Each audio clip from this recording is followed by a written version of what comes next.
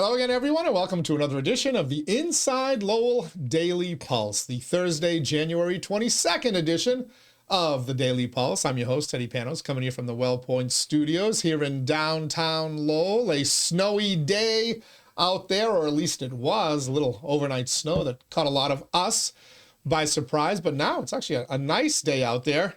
Supposed to hit the 40s. Good stuff. Of course, it's the calm before the storm, and this time maybe a giant storm over the weekend.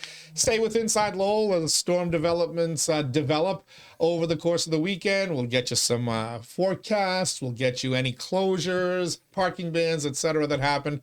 Follow Inside Lowell at InsideLowell.com, and of course, the fastest way to do it is on our social media, Facebook, Instagram, and on Twitter. In the meantime, welcome to the Daily Pulse, the show that keeps its finger on the pulse of Lowell and the world around it. And as we like to say, oftentimes those two things, Lowell and the world around it, intertwine more often than not lately.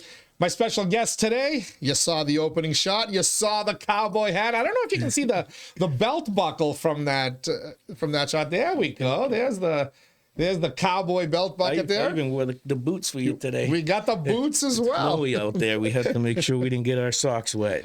Jose Cervantes, Lowell City Council candidate in 2025. Now, somebody's still saying, you promised you weren't going away. You said you were going to stay active. You said you were going to stay vocal. You said you were going to stay visible. And you have. Absolutely. I'm a man of my word. All right. And you were vocal and you were visible Tuesday night at a very raucous Lowell City Council meeting, which unfortunately I missed. I still have not seen the meeting. I have heard different reports of things. I heard it had to be paused for a little bit to get some unruliness, some disruption to go away.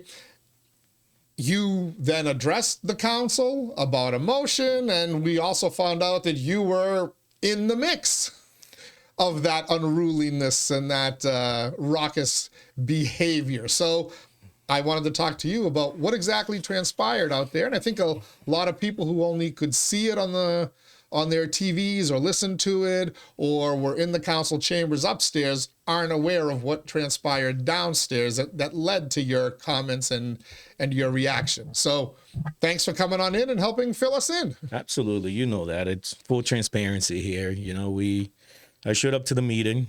You know, I had spoken with Councilor McDonough about me speaking, got on last minute, showed up, and there was protesters outside. I showed up early, so I hung out, listened to what they have to say. I always do. You know, you have to.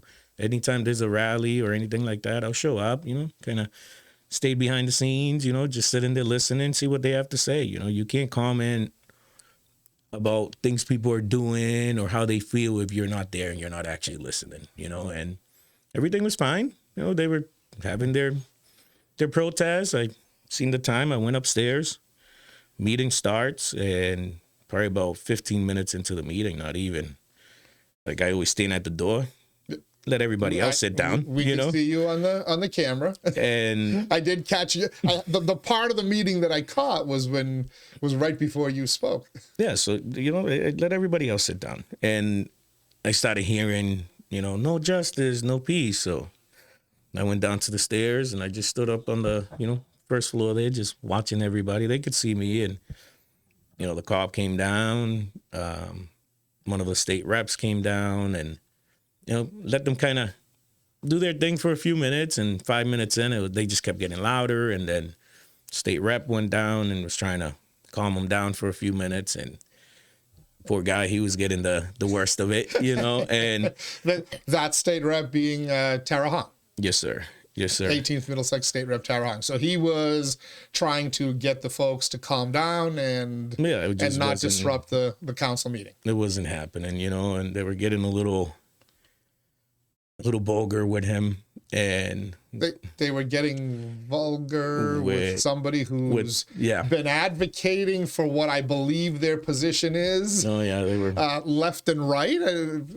They were saying things like he's part of, you know, he's a sellout and he's part of this and part of that. Like, it was hard to really hear everything that was being said, but you know, you could hear some things. And the mayor came down and he spoke to one of the or because there was 3 people, 3 megaphones, so it was pretty loud in there.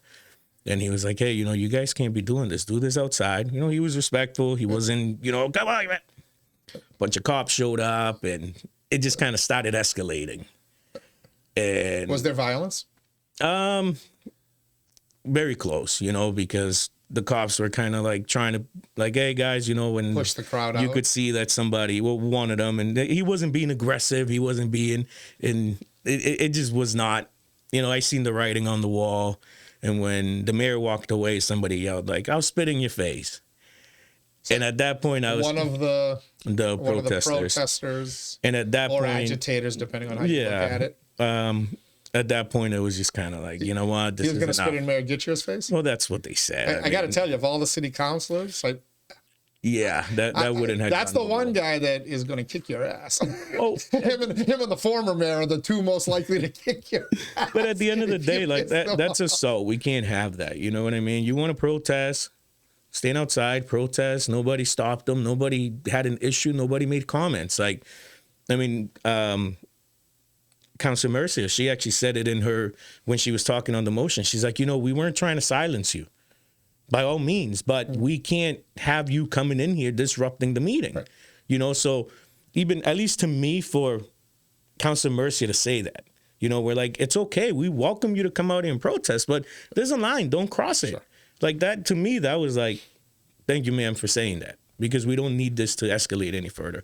So at that point, when somebody said they were going to spit in his face, I actually walked down to the floor where they were and was like, hey, you know, let's calm down. And somebody was like, get on your horse and ride out of here. I'd be lying if I didn't say that didn't trigger me a little bit, because, like, come on, man. Like, that's what caused you to lose your cool, as you a little bit, yeah. I kind of, you know, got a little loud. Who said? Do you know who said that? Thank God that I don't. Was it you? So it wasn't somebody that you've seen in and around the city? No. I mean, I've seen a lot of the people that were there. They've had other protests, and it was, you know, when it was in the Lowell Sun, where somebody was antagonizing, you know, they put it in the newspaper. I was there. There's actually a video on TikTok, and I'm talking to people. And I'm talking to them like, yeah, you know, but we got to be able to look at both sides. We got to understand this, you know, this and that. I'm not there to, I think I've proved it time and time again. I'm not about creating divisiveness or, you know, antagonizing people or anything. If anything, that's why I love coming in here and talking to you. Because any given time, we couldn't be any further apart on our stances or our views. But I don't think I've ever walked away from here and been like, that goddamn Teddy. You know, we always find some sort of common ground, some sort of understanding. That's what we need to do. Most people will if they talk to each other and don't yell at each other. You know, so I kind of lost it and was like, one of the organizers, you know, I was like, listen, you know me. Like, you've seen me at your events. You've seen me at your meetings. Like, we can't be doing this. You're trespassing. So one of these people who was, and they were there, they were protesting ICE. They wanted the city to the ultimate goal is going to be to get Lowell declared a sanctuary city. You and I know where this is going. That's the problem. With the people that are coming in. But you were trying to comment down. Were you yelling at anybody? Had you raised your voice? Whoa. You were, before the comment was made? No, I didn't. You know, it was just like, hey. So my voice was already, you know, trying to scream over the crowd. So, and somebody said to you, why don't you get on your horse and ride out of here? You were wearing your cowboy hat, I assume? Of course. Hey, you know? How did you take that? Who, the gentleman who said it, if I can be allowed to stereotype for a moment here, since you said it was a he, white male? Yeah. I think the hair dye is more indicative of the women. So I'm going to say man bun. I mean, there's videos of it, you know, if I see the video, I've been trying not to. Can you send me the video? I can. I'd love to see who this, and who this racist is. He told you, a Mexican guy, to ride on a horse. And I actually said that. If I said it, Jesus, you. And I said that to them. I'm like, really? That's when I really was like, again, I was raising my voice just to be like, calm down, everybody. Because I seen it. I mean, come on. The last thing we need is for the cops to have to forcefully remove them. Somebody gets stepped on, trampled, pushed, you know, gets dragged out of there in handcuffs. They just put, 36 ICE SUVs in Burlington. The way this administration is operating right now, they're just waiting for a reason. We don't need that. Again, it wasn't a stop protesting. You're like, that's your right. You're in America. Like, do your thing, but do not crossed that line where we're actually drawing more attention to negative attention to ourselves than what we need. Like, that's not okay. Again, it would have taken nothing. One of them does spit on the mayor's face. That's assault. And now you've got a Boston/national news story. And that's the thing. Oh, absolutely. And that's we've talked enough where you know how I operate. Like, you start talking and I already finish your sentence 1,000 times over. You know that. So I seen the writing on the wall, and I'm a part of me is a little ashamed of myself because I really had to, raise my voice, and part of that was emotion, but so I apologize to everybody that was there. I actually had to go into the mayor's conference room and just kind of relax because, after hearing somebody say that to you, and then you can imagine just being there, tempers are flying, this and that. And I have a short fuse. A lot of people don't know that. And it's just kind of like, relax. It took me about a half hour just to stop seeing red. But, we were able to diffuse the situation. That's really what was the important part, because they had a right to be there protesting outside as much as the people that registered to speak could say their piece. But once you cross that line, again, who are you going to hurt? You're going to hurt my community. Sure. You're going to hurt my neighbors. These folks that were engaging in the raucous behavior, the Lowellians who were protesting, were upstairs in the chambers ready to speak and listening to the proceedings. The agitators/protesters, they weren't from Lowell, were they? I mean, not too many. As far as I'm concerned, just from different meetings that I've been to in conversation, with them, no. I can't give you a definite answer. I haven't done an ID check or a background check, but I can more than certain. I mean, there wasn't even any Hispanics with them. There wasn't any Latinos. There wasn't anybody like that. Which, again, do your thing. Like, I didn't. They're fighting for you. You can't fight for yourself. You need Karen and you need Brad to fight for you. Well, I didn't come here to. By the way, not named Karen or Brad was there that I'm aware of. I'm just picking the names. No, absolutely. And now I'm told it's just Jessica, right? More so than Karen, but. I'm not here to demonize them. If anything, it's here to, we can't do that. We can't escalate things to the point where we're getting that kind of attention, because you got to understand that the people that you're trying to help, which, hey, whether I agree with it or not, God bless you, because at least you're speaking up. You cannot make things worse for the community. And if you turn into, where people need to take legal recourse against you or violence, really agitating like that, the people that are going to pay is those same people that you allegedly are trying to protect. If they're trying to really protect you, if that's the goal. So who are these protesters? What are they really trying to do? I have a theory, and I think I have some evidence behind it that I'm going to share on today's podcast. And more importantly, who is Jose Cervantes? Folks know you as the candidate who ran in District 4. They know you as the guy who comes on here and is not afraid to share some very strong opinions.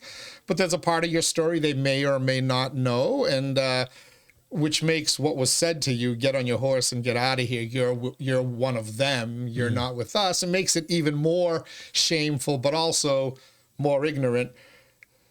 And then the issue that led to all this, because I think there's a common ground, there's a middle ground where reasonable people who really care about their community can find a way to work together, but others can't. We're going to talk about all of that with Jose Cervantes. I'm a little late. Sorry to my Daily Pulse sponsor, Ray Booten, licensed realtor in Massey, New Hampshire. You had to wait a few minutes to learn about him. But if you're looking to buy or sell a home, a business, or a property or a commercial property in Massachusetts or New Hampshire, or if you're looking to have that property appraised, because he's also a certified appraiser in both states as well, find Ray online today, realestaterayBooten.com. That's realestaterayBooten.com. I also want to thank our friends at WellPoint for hosting us here in the WellPoint studios. It's the only health plan offering healthcare benefits exclusively to Massachusetts GIC members at WellPoint. Your whole health is their whole point. We thank Ray. We thank WellPoint.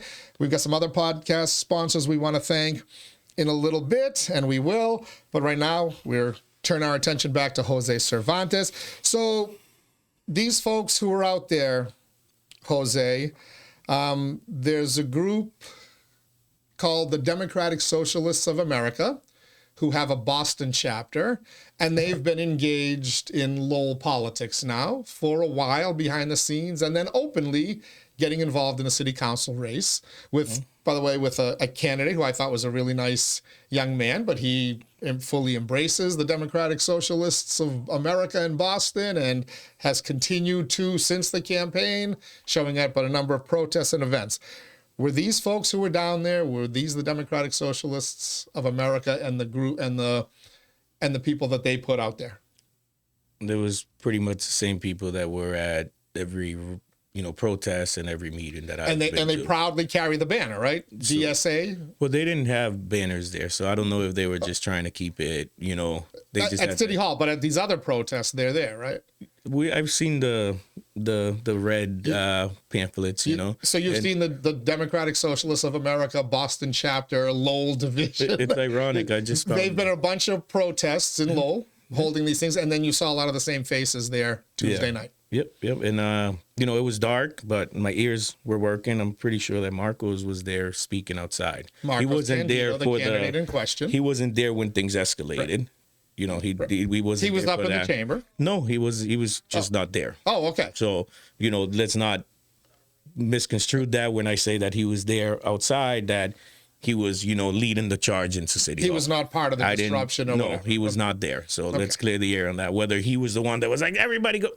Don't know, don't care. That's assuming. I don't do that, But he was there previously when I showed up around 6:15. He was there speaking. And, I mean, we just can't, again, you want to protest? Yeah. You just can't escalate things like that because, again, that's going to hurt my community. That's the biggest thing that I want to. If anybody gets anything out of this, is not that, don't protest, don't do this, don't do that. Just keep in mind that these are real people that will have real impacts depending on what you do. And if you escalate things, which, again, thank God, we were able to defuse that situation. Lowell police was there. They weren't aggressive. They played it by the book. Everybody that was at Tara for, trying, God bless them, for trying to defuse the situation. I'm angry at myself that it took for me to, speak over the microphones for them to walk out peacefully. But if that's what it takes, I'm okay with it because I seen the writing on the wall. If that would have continued and the cops would have had to get them out of there, it just would have been, and it would have been. We'd have had a different. We probably might have had our conversation Wednesday instead of today. But it would have been horrible. Tara Hong too. Representative Hong was also called a traitor, right? He wasn't one of them. He was by the way, the guy who, whatever you say, whatever you feel about his politics, he and I both know we disagree on a million different things, but I believe he's somebody who truly cares for his community, and I'm glad to hear about his actions trying to diffuse the situation there. But as you say, everybody has a right to protest. Yeah. But I do believe people should know who they are protesting with. Which groups have infiltrated certain movements, what their real agenda is, and whether do they care about people? Do they care about undocumented immigrants? Do they care about immigrants? Do they care about people living in fear? Do they care about, opportunity and equality and justice? Or are they doing the bidding of a more sinister entity, in some cases knowingly, in other cases, unknowingly? Turn our attention to a headline. Incidentally, January 20th, from the New York Post. Democratic Socialists of America linked to Chinese Communist Party causes internal strife. Quote, isn't what I signed up for. Story again in the New York Post. Go read it online. I've printed it out. I'm going to read a couple of little excerpts from it, but it's telling you who the Democratic Socialists of America are linked to. The Chinese Communist Party is the party that runs the country of China and has their tentacles all over the place. As you can see, their poster child, New York City Mayor Zohran Mamdani, is there. By the way, within this article that has some interesting revelations, he is not reported to be present at any of the meetings, but It is now well documented that the Chinese Communist Party, in other words, the country of China, which is no friend of the United States, doesn't really care about democracy, opportunity, or anything, is now working hand in hand with the Democratic Socialists of America, which I would assume includes the Boston chapter and the Lowell subchapter. Let's read a little bit from the story, Jose. The DSA, Democratic Socialists of America, has cozied up to the CCP and taken Beijing-aligned positions, sparking internal strife over orders to avoid discussing China's touchy political issues in meetings, according to dozens of internal minutes obtained by Newsweek. Newsweek, by the way, is a very left-leaning media publication. Somebody who's within that organization pissed off that they're playing footsies with the Chinese government and doing their bidding said, hey, this isn't what I signed up for. That person, by the way, was shouted down for saying that at a meeting and was told he has to apologize, or felt like he had to apologize. So he apologized to them after chastising them. But what do these meeting minutes show? They date back to 2021 that Newsweek got, reveal members openly discussing contacts with China's ruling party under the banner of anti-imperialism, and repeated trips to the East Asian nation to meet with CCP officials. So they're using their language, they're using that anti-imperialist talking point, and taking trips to China to meet with Chinese government officials. The documents also show that the DSA participants urging others to steer clear of certain politically sensitive Communist Party issues, such as China's threats to invade Taiwan, its Hong Kong security crackdown. You want to talk about an authoritarian state and a militarized law enforcement agency. You should have seen what happened to those poor kids in Hong Kong a couple of years ago. And abuses to the Uyghur Muslim community, the outlet reported. They don't want the Democratic Socialists of America asking questions like, what are we doing playing footsies with these people who are enslaving a Muslim community in their own country? The shocking new report comes about a month after the Post revealed DSA was holding monthly seminars about modern China and lessons for U.S. socialists. So it's clear that the Chinese government is now working with the Democratic Socialists of America to create some kind of, I don't know what the narrative is. Is it pro the Chinese government, anti the American government? But do the Democratic Socialists in our city here in Lowell, are they aware of this? That's my question. Do they know who they're in bed with when they're part of an organization that is in bed with the Chinese Communist Party? So, because like I said, I go to the meetings not to chastise people or criticize them or demean them. I go there to listen. Do I go to a single one? No, but I've been. And, I get that. I've been reading about that. I've been seeing that. But not everybody that's there, the majority. I mean, even on Tuesday, I was talking to a few people that were at the protest and then were upstairs in the chambers. And they were like, oh, thank you for de-escalating that. At the end of the day, like, they're there because of the bigger picture that, they do, the income inequality, the seeing families torn apart, this and that. They're not there, pushing this socialist communist agenda. Is there people that are doing it? Clearly, we see that there. But not everybody that, it's like when you see somebody with a Trump sign and you automatically assume they're racist. No.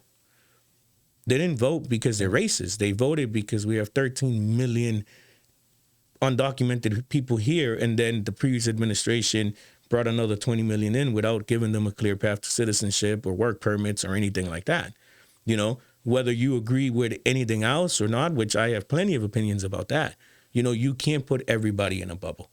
Even though I was on the dirty end of the stick a little bit the other day.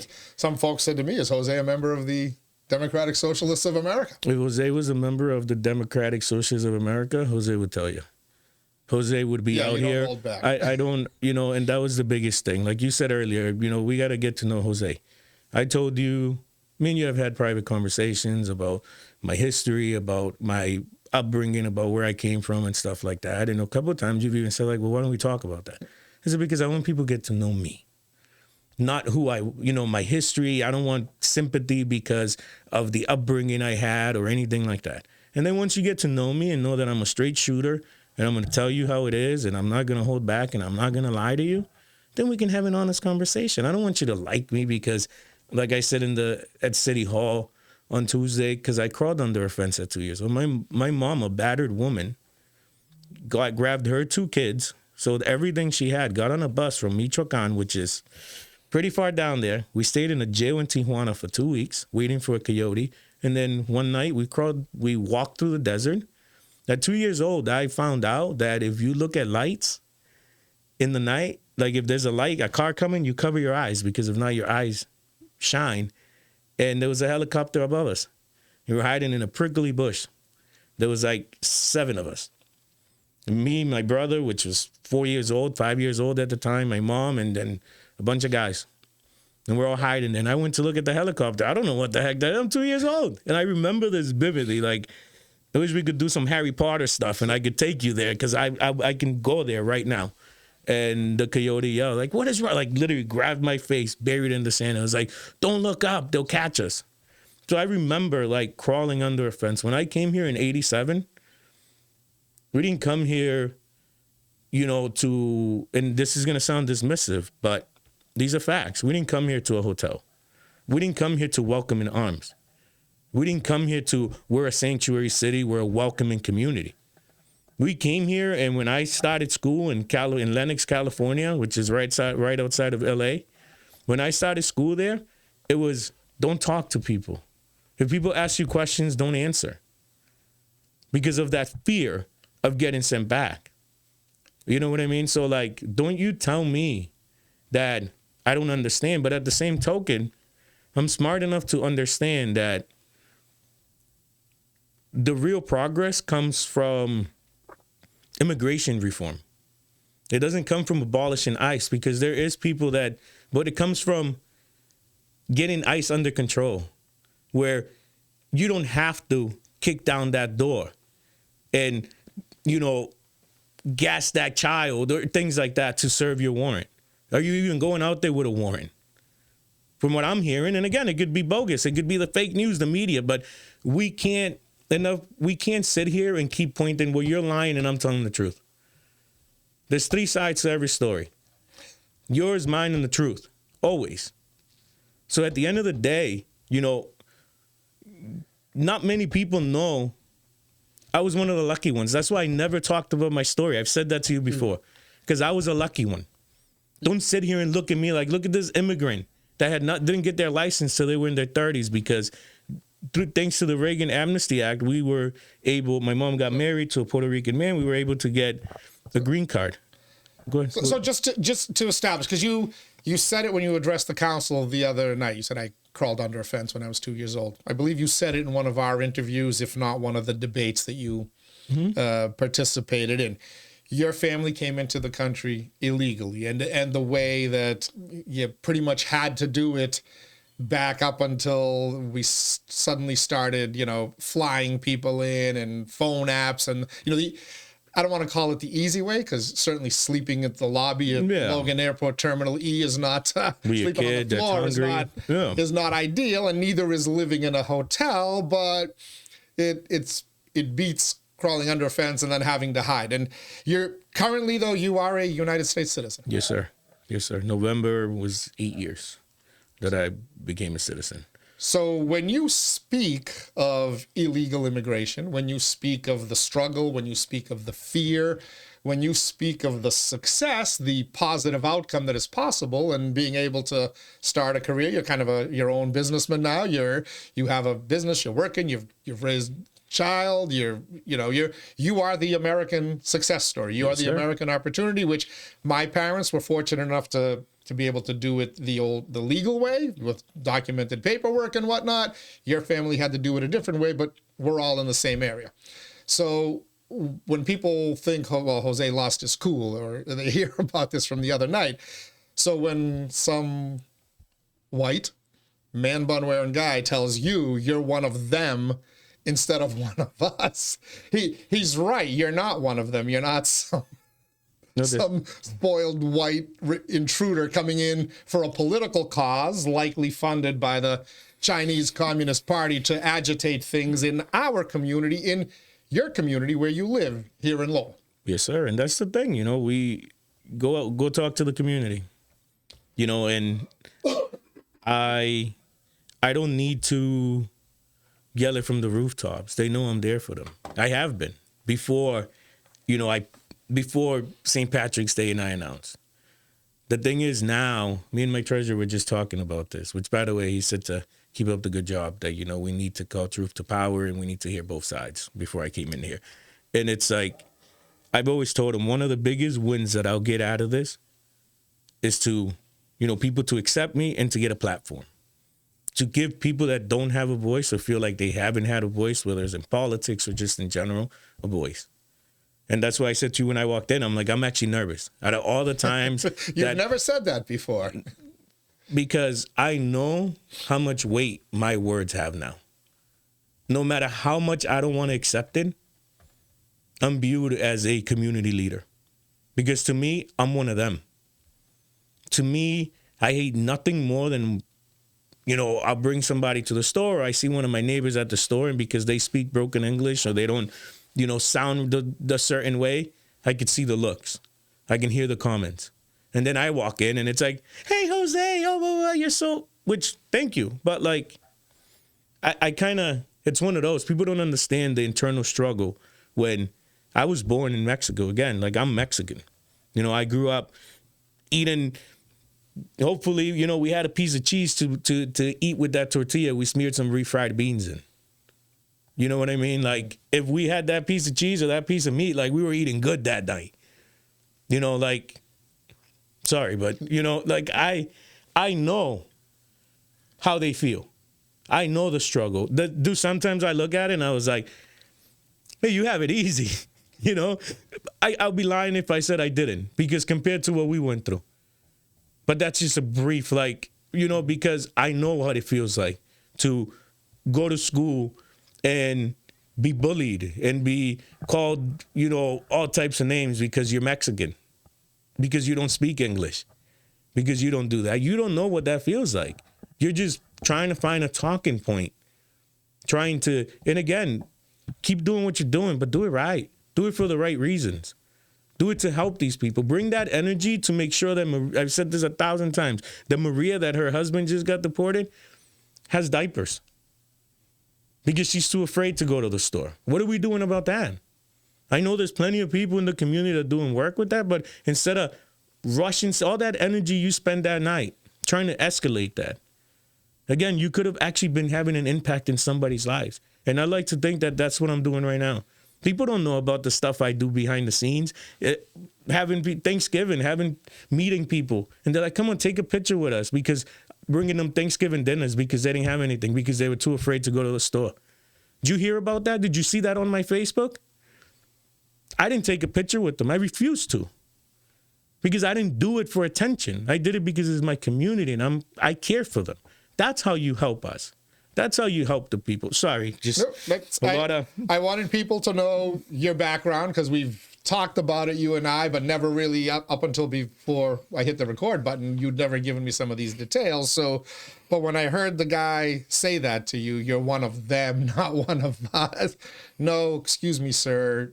You're not one of them. Yeah. You're not one of us. But so with that background there, I want to talk a little bit about how we got here, what's going on in the streets, and more importantly, how do we get out of this, and how do we keep Lowell from becoming the next Minneapolis or wherever the next battleground is going to be, Portland, Oregon, Seattle, Washington, New York City, whatever. But there's two more slides I want to show people, because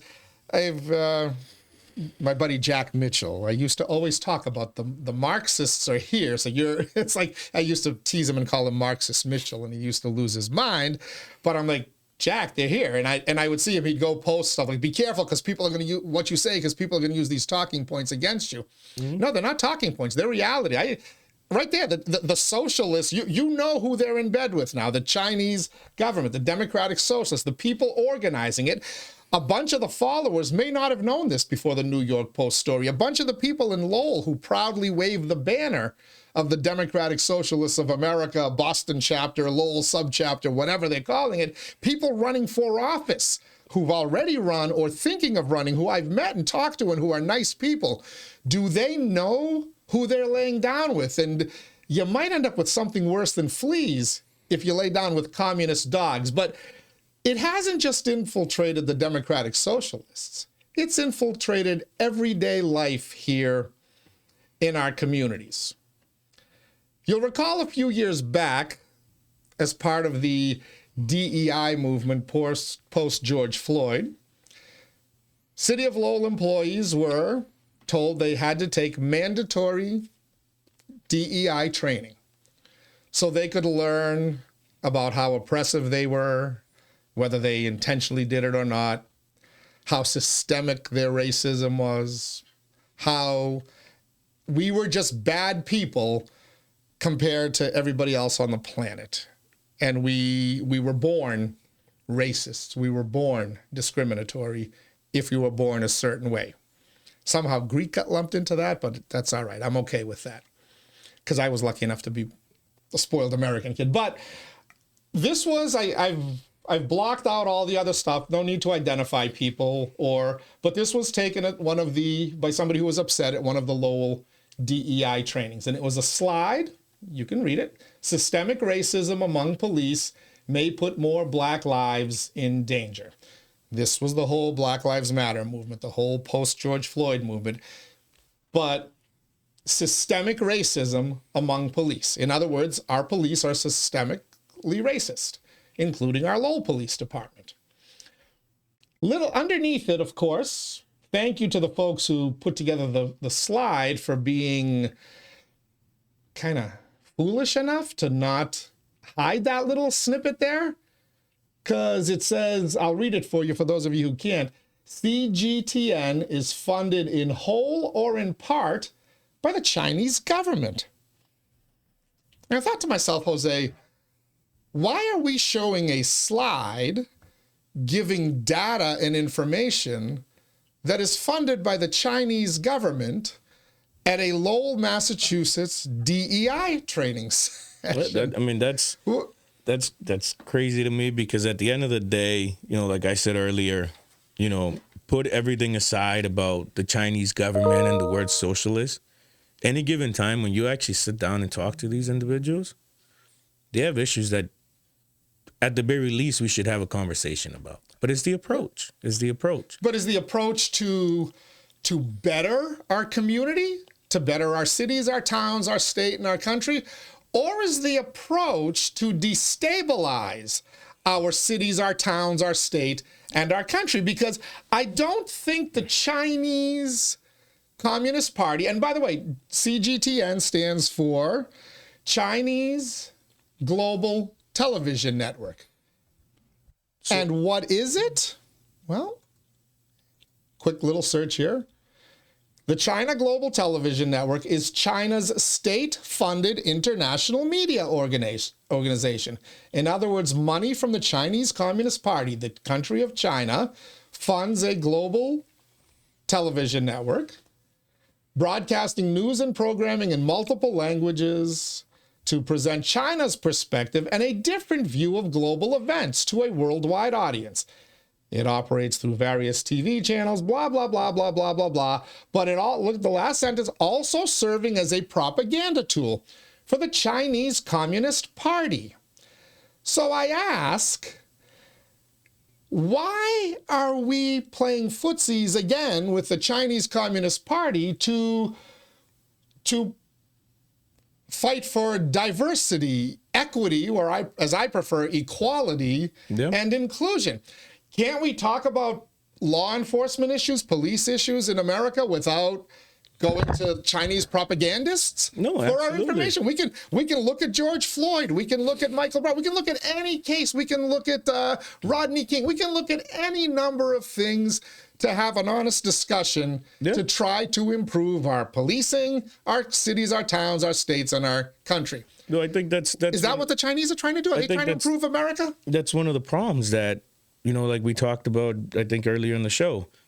People don't have conversations. From the people that I've met there, then yeah, they say some things that I'm kind of like, but who doesn't? Do I look at them and I say, you guys are a bunch of communists and this and that? No, but I get what you're saying, especially the message, the message that, that's why I said, like, you can have a goal, but to get to that goal, you need to have action, you need to have propaganda, you need to have a message, you need to do all that. Nobody has the perfect message. I can sit here and pick out the message on the previous administration or this administration for days, because again, I try to look at everything objectively but I also don't want to sit here and paint the people that were there on Tuesday, which again, I can't stress that enough. The second they walked to City Hall, it was, and trust me, I never want to show that person ever again that I had to, raise my voice like that and get agitated like that. But do I see them as, oh, these are the people that are going to take down America? Maybe a few of them that were there, maybe that's their goal, or maybe they don't even know it, but that's where they're striding to. They're the professional agitators, and they're catching some well-intended Lowellians in their net. And for a few moments there, Jose, I'm going to tell you, I was concerned you were one of them. No. I'm about, the community and keeping the peace. And, I talked to many people that night. And then on Saturday, for the other protests and the protests before that, where they're there because the broader picture, but the message, like, I'll be there talking to them. I'm sure there's pictures online of me standing there, talking to people, and they're like, I'm here because of this. Like, this, I don't agree with. Them saying that, Iran is a victim of the U.S., certain things, they're like, this is too much. Were there any Venezuelans by the way, at the Venezuela rally? No, you were there? You didn't see any Venezuelans? No. But, okay. Well, just one Mexican guy. Yeah. It's one of those things where you show up for ice cream and next thing you know, you're getting a waffle cone and some ice cream and some sprinkles with it, some Jimmy's with it. You know what I mean? So, like, I also don't want to, and like, trust me, we've looked into all this and all that, especially, and I apologize for putting people in a bubble without having a conversation with them, especially with what we seen in the Highlands during that city council campaign. We did some research ourselves. Like I said to you, my treasurer, he's a hawk, and there was a lot of things that were, being the person that thinks like I do, that I seen the writing on the wall, and that could be alarming. And then when I see people that have that income inequality, people that now, when our parents were at our age, they could afford to have one job and, mom stay home and have a nice house and a nice car, to now two people can be working two jobs and they can barely afford. So I can see the outrage, and I think that's one of the biggest issues we have. Thankfully, not as much here in Lowell, but as you can see by Tuesday, it's starting to grow, and we need to nip it in the bud. If there's issues, let's address them. Let's be diplomatic about them. Again, do your protests, all that, but do not, once you escalate it to violence, to trespassing, to vandalism, anything like that, that's not okay. Once you're crossing their line. Spit in his face. Once you tell the guy who is one of the people they're supposedly fighting for that to get on your horse and ride out, you cross a line. Yeah, but that's just moments in time, nothing happened, Now, if they would have put their hands on that person they said that to, and I get it, I'm not justifying it. It's not okay. It is not okay to threaten people, because there's some people that you don't threaten. And then you know who the bad guy is? Like, if when I walked down there, that guy like put his hand on me and was like, get on your horse and get out of here, we definitely would be having a different conversation right now, because you can say whatever you want to me. But you know how you have your safe space? I have mine. And unfortunately, I don't scream when you cross mine. That's not a threat. That's not nothing. We grew up different. You put your hands on me, you're going to get a reaction. Thank God it didn't get to that. That's really the biggest thing out of this. There's issues that people want addressed. They're not addressing them correctly. And maybe when they do, the problem is that we don't listen, that we judge. We see them as snowflakes. We see them as people that are just complaining instead of actually listening. So when you give a community that has an issue, whether you agree with it or not, or whether you see it as soft or not, and you ignore them enough, and then the Chinese Communist Party comes out and gives you a voice. And again, I'm not justifying it, but you know me. We got to look at everything. We got to get to the core of the problem. Continuing with making more problems out of more problems out of more problems, there is no progress at all. Maybe we should listen to this, like actually sit down and listen to one of them and have a conversation. Like, what do you want? I'm sorry, but we're not going to take all the money from the millionaires. I'm sorry, but ICE is not going to be abolished. But maybe we can get, if we make enough noise, maybe we can get the administration or somebody to come out and say, hey, you know, nobody will be arrested without a warrant. We'll find some sort, you said this earlier. You know what? If we have violent criminals, we'll turn them over to ICE. I'm not saying that this is what reach some sort of violent criminals we'll turn over, but you know what? Stay out of our streets. Stay out of our schools. We'll compromise. Tit for tat. They can't just be grandstanding all the time. So let's talk about that, because now that we've kind of, I'm hoping I've woken some people up to who was in the room peacefully addressing the city council, respectfully addressing the city council, and who was downstairs intentionally disrupting the city council and trying to create a situation that would garner more attention for them and social media views. Let's talk about what we're all supposedly trying to fix. And this is the situation where our communities and people in our communities are living in fear. That was discussed a lot on Tuesday night. There are people living in fear. Yeah. You said it, Counselor said it. I do not doubt that. Why they're so afraid? My personal take, Jose, is a lot of people are amping up the fear to fight a political battle that really doesn't have to do with these people's well-being. But if we do really care about these folks, and we don't want, and you said it, not me, if we don't want ICE in here doing a massive raid on Lowell, well, the first thing we can do is stop putting motions on the agenda. Just for show. We know what the police policy is. Every single person knows what the police policy. Go look it up again on InsideLowell.com. Chief Greg Hudon reported it last year. He did. And he told you what the policy is. The Lowell Police ICE policy has not changed since 2014.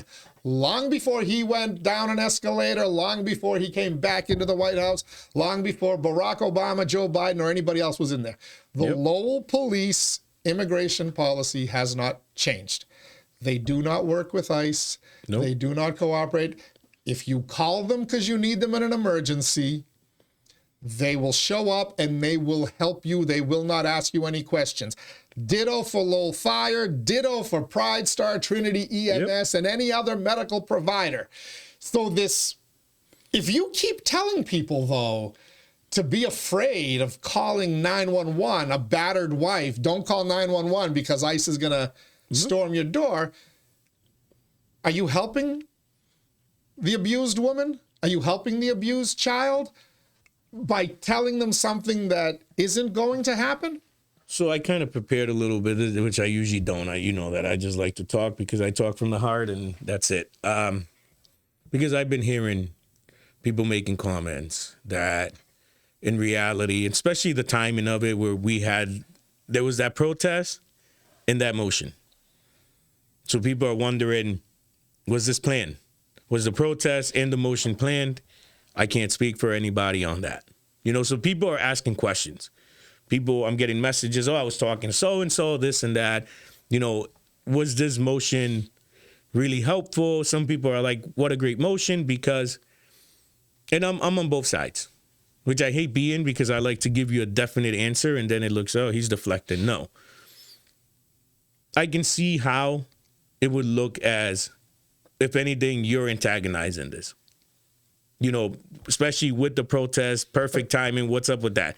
But just to be clear, I believe that Councilor McDonough was just intending to reiterate this information, to get it back out into the public consciousness and say, don't, calm down the fears, tamp down the fears. I think that's what he intended to do. Yes. I also think he was incredibly misguided in the way he did it, because I knew what was going to happen. They just, once the camel pokes its nose in the tent, you know what's coming. When that police, when Chief Hudon shows up next week or 2 weeks from now or whenever, he's going to say the same thing he said last year. He's going to say the same thing chiefs before him said. But that's not going to be enough for the agitators. They're going to now want, well, we need to do more. They were saying that. We need to tell our police that they are to stand down if ICE comes into Lowell, not enforce crowd control, not do anything. And dare I say, you will probably at some point have somebody call to once again make Lowell a sanctuary. They were saying that outside. Publicly declare that. That's what they want. After they went outside, I went back out there. But it was cold. I was so angry. I literally I didn't even have I was out there in a t-shirt, you know, hanging out, listening to Tara talk to them, and you know, you can see on TikTok we kind of got into it. And then he told me to get on my horse again, and I yelled at him like, "You're ridiculous! You know, you're supposed to be speaking from people like me, and you're sitting here, you know, and you're pulling the race card, like, aren't you?" But anyways, so they were saying, you know, we want the governor to make Massachusetts a sanctuary city. But what you got to look at is that it was already announced that starting February 1st, any sanctuary city, whether he goes through it or not, is going to cut off federal funding.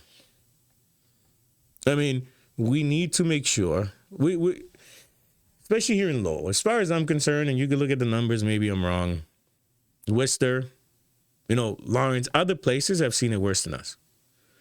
We've been staying under. That doesn't mean, and again, at what point does silence become complacency? That's why the protest is like, do you? Like, I'm not telling you to stop doing it, but do it for the right reasons.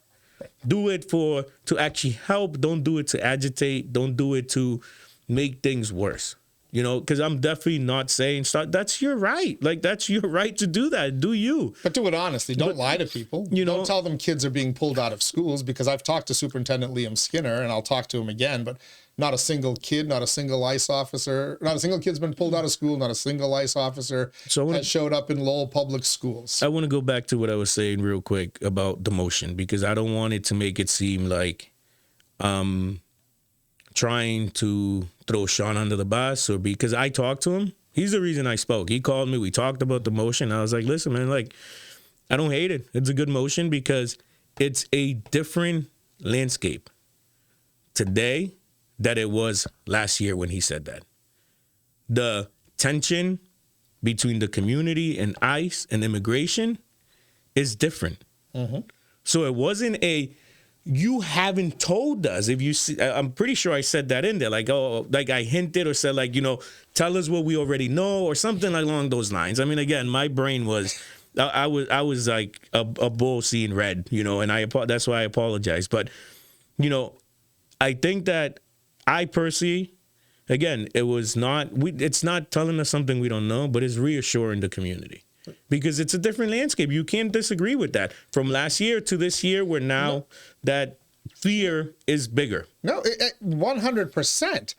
Because the fear is continuously being stoked, though. And couldn't we go to our organization? Couldn't we go to Lowell Public Schools and just have this conversation in Lowell Public Schools without having an open meeting where people could now draw attention to it? I'll give you that.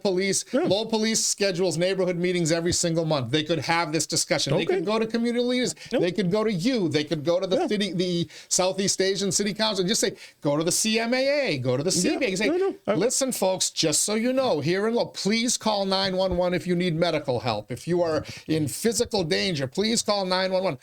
Don't worry about ICE. Now, you know when you worry about ICE? When you've got a big scandal like a $9 billion fraud scheme stealing taxpayer money, and now the boisterous one in the White House and his people say, we're flooding in there. We're going to take every single illegal out of Minneapolis. Because you've called attention to yourself for some reason or another. And now, how did the politicians in Minneapolis react? Did they try to calm things down? Yeah, No. They said, no. Get out of our state. We don't want you here. Get out of here. Called off the police, called off the state police. And you ended up with a situation where a woman was shot on the street. Does Minneapolis look to you like a community that is living without fear since they took the tack of trying to antagonize ICE? Well, you're right, but the more you call attention to it, the more the fear grows. The reason I don't like when people call me, they say, oh, you know, politician or anything like that, is because I'm not here for me. I can walk away from all this, and with the connections I've made, and if my business is half successful, I'm living a better life. If I work 3 days a week, I'm living a better life, 3 times better life than I was living working for somebody. I can walk away from all of this tomorrow, and it actually, you know, my hair wouldn't be as gray, and I wouldn't be, you know, I wouldn't be as stressed out. You have gray hair. I do. That's what. Anyway. Wait till you hit 60, buddy. You'll end up looking like this. But, you know, when I see something like that, when people are pushing an agenda, like what we got to realize is that imagine how, and I keep saying my community because to me, there's a big ego tattooed on my chest. I'm Mexican. That blood, that heritage, they'll never go away. You know, I grew up, I was an American before I became a citizen because Mexico is America. So I'm proud of this land no matter what flag is under. You know, I'm Mexican, and so I always say my people. Imagine being, and I'm sure you could talk to your dad, your grandfather, which, you know, talk to old timers from here from Lowell, and they can tell you what it feels like to be used as political pawns and be prosecuted. We don't have that conversation because when we have that conversation, when somebody looks you in the eyes and tells you that, oh, you have something to gain. You're trying to gain voters because they typically are. But again, imagine being in my community right now where if the governor says something out of the side of their mouth, she don't suffer. You don't suffer. You know who suffers? My people. Because now all of a sudden, oh, there's a white roofing ban and there's a brown person in there. How the hell is that okay? Put your, and I hate using these terms, put your right-wing ideology, your pro-America, whatever, immigration, I don't care, and be a human being for a second. How is that okay? Somebody waking up at 5 o'clock in the morning, and again, take out all the bullshit out of it. You know, I hate swearing on here, but take all that crap out of there and look at it as a human being. Getting up at 5 in the morning to go bust their ass for 13 hours to make sure that their daughter, their little girl, comes home from school for a meal because they're underpaid, they're overworked, and now you're worried because the political landscape that when you go to work, you're not going to come home and see your daughter ever again? I used to have that fear that I'd go home, that I'd go to school, and I'd come home, and my mom would be gone because my neighbor got taken a couple weeks ago. And so you know what that fear feels like? Don't give me this political bullshit. These are human beings. And the people at the top aren't doing right by them. The previous administration and the previous administration, they all suck. Because you've had time, you've had the House, you've had the Senate. Where is our immigration reform? Where is our path to citizenship? Where is that? Why aren't we talking about that? Protest that. Make them do something about that. But you're too busy being a politician. You're too busy trying to get attention.